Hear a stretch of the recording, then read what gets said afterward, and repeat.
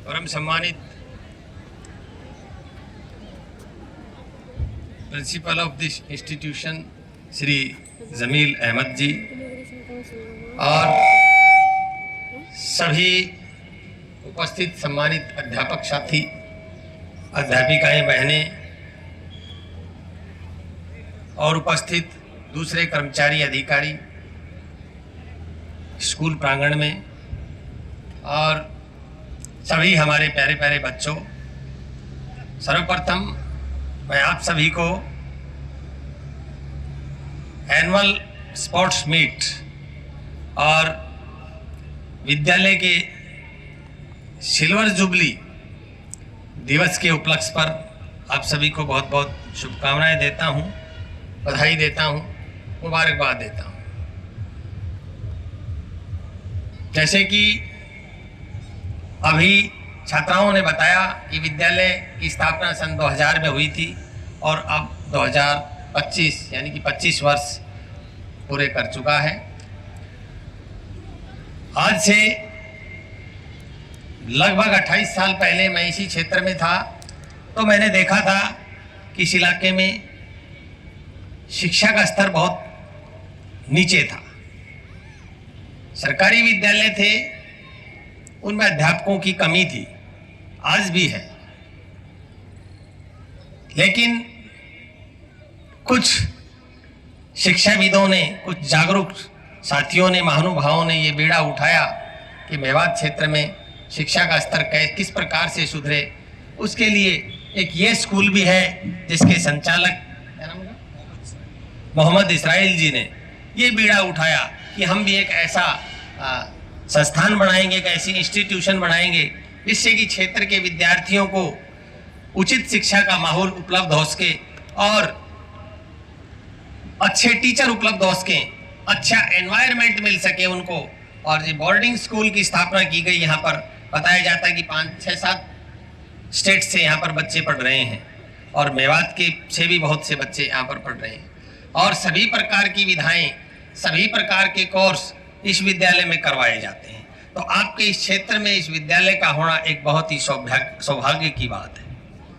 और मैं इस एनुअल स्पोर्ट्स मीट के अवसर पर सबसे पहले तो मैं यह कहना चाहूँगा कि जो है ठीक है, खेल स्वास्थ्य के लिए बहुत अच्छे होते हैं, खेल खेलना चाहिए। खेल के क्षेत्र में भी हरियाणा से बहुत बच्चे जा रहे हैं, यहाँ तक कि हमारी लड़कियाँ भी, आप हर साल देखते हो जो भी एशियन गेम्स हो, कॉमनवेल्थ गेम्स हो या दूसरे कोई ओलंपिक्स हो, उससे मेडल लेकर के आती हैं। हरियाणा की लड़कियां बहुत ज़्यादा मेडल लेके आती हैं और 50% मेडल हरियाणा से लिए जाते हैं। और मेरी आशा है कि इस स्कूल से भी कुछ ना कुछ बच्चे निकल करके स्टेट लेवल पर, नेशनल लेवल पर या इंटरनेशनल लेवल पर जाएंगे, ऐसी मैं आशा उम्मीद भी करता हूं। दूसरी बात, खेल स्वास्थ्य के लिए अच्छे हैं भाई। Sound mind in A sound body, ये हम बचपन से सुनते आए हैं। तो खेलों के जरिए हम अपने शरीर को स्वस्थ रखते हैं। दूसरा, हम खेल के क्षेत्र में प्रवीणता भी हासिल करते हैं, ये भी हमारे पास एक मौका होता है।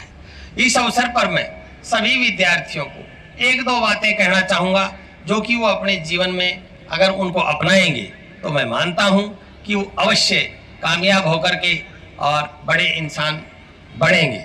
सबसे पहली बात तो मैं ये कहना चाहूँगा कि अपनी वैज्ञानिक सोच का निर्माण करना, कि हम विद्यालयों में पढ़ते हैं लेकिन मैंने बहुत से स्कूलों में ये देखा है कि विद्यार्थी अंक प्राप्ति करने की दौड़ में लगे रहते हैं।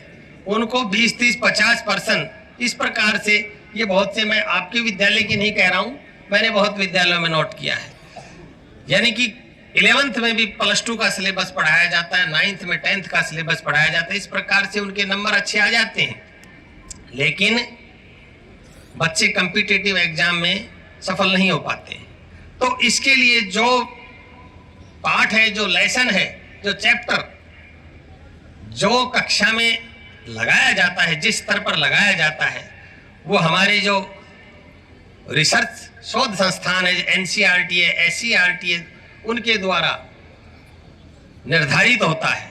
तो उसका सारांश, उसका निचोड़ निष्कर्ष क्या है, उसको भी हमने ग्रहण करना है, ताकि हमें जो हमें सिखाया गया है उसका निष्कर्ष हम जरूर प्राप्त करें। ठीक है, अंक ज्यादा प्राप्त करना अच्छी बात है, लेकिन हमें यह ध्यान करना है कि ये चैप्टर, ये पाठ, ये लेसन इस कक्षा में क्यों लगाया गया था, इससे हमें क्या सिखाने की कोशिश की जा रही है, ये जो है आपने जरूर सीखना है। दूसरी बात, मैं सभी विद्यार्थियों से ये कहना चाहूंगा कि आप विद्यालय में सारा दिन रहते हैं, कुछ बच्चे 6 साढ़े 6 घंटे पढ़ने के बाद घर चले जाते हैं, तो घर जाने के बाद एक बार ये असेसमेंट जरूर करें, ये जरूर सोचें कि आज हम स्कूल में सुबह गए थे तो हमने आज क्या सीखा है, हमारा आज का दिन व्यर्थ तो नहीं गया, बेकार तो हमने नहीं कर दिया। ये हम सुबह नहा धोकर तैयार होकर के विद्यालय गए थे तो आज हमने क्या गेन किया है, क्या प्राप्त किया है। और एक बार शाम को सोने से पहले जरूर सोचें कि आज हमने सारे दिन में क्या प्राप्त किया, क्या हासिल किया है, क्या सीखा है, हमने कहीं आज का दिन बर्बाद तो नहीं कर दिया है। क्योंकि सभी को पता है समय बहुत कीमती है, और ये जो अब का समय आपके पास है, ये आपने सुना होगा, एक कहावत स्थानीय भाषा में बोली जाती है, दाव का चूक्या फिर मारे और पर समय का चूक्या सिर मारे। यानी कि दाव चूक जाता है आदमी, वो फिर से जीत जाएगा कभी ना कभी, लेकिन समय निकल जाता है तो वो वापिस नहीं आता है। तो अभी जो आपका समय है उसका सदुपयोग करना, ये हमने सीखना है कि किस प्रकार से हमारा एक एक दिन जो कीमती है वो व्यर्थ किसी भी प्रकार से ना जा पाए। हम जरूर दिन में ज्यादा से ज्यादा हासिल करें, ज्यादा से ज्यादा प्राप्त करें। जिस मकसद के लिए हम विद्यालय में हैं, यहाँ हॉस्टल में भी रुके हुए हैं बच्चे, तो उनके माता पिता की उम्मीद है उसको भी पूरा करें। विद्यालय के जो नियम है, जो स्टैंडर्ड है, उनको भी पूरा करें।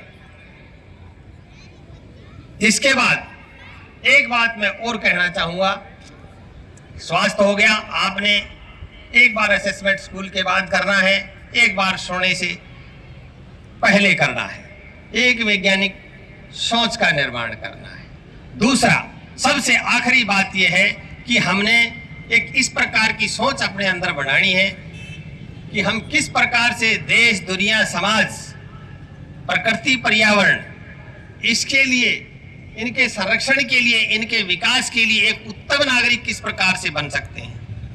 हमें यह सोचकर चलना है कि हमने समाज को सेवा देनी है, समाज का कल्याण करना है, लोगों का कल्याण के लिए अपने आप को तैयार करना है। अगर इस सोच के साथ हम अपना अध्ययन, अध्यापन, अपना कार्य करते जाएंगे तो जरूर एक दिन हम सफल नागरिक बनेंगे। सफल नागरिक वही बनता है जिसके जहन के अंदर, जिसके दिल के अंदर दुनिया का भला करने की भावना होती है। तो ये बात अपने दिमाग में जरूर डालें। ठीक है, आप जब काम करेंगे, बड़े होंगे, नौकरी प्राप्त होगी तो उसका आपको मेहनताना भी प्राप्त होगा। वो आपका घर खर्चा गुजारा चलाने के लिए आपको पर्याप्त जो है सभी साधन उपलब्ध होंगे। लेकिन अपने दिल के अंदर ये जो भावना तैयार करना कि हमने एक ऐसा नागरिक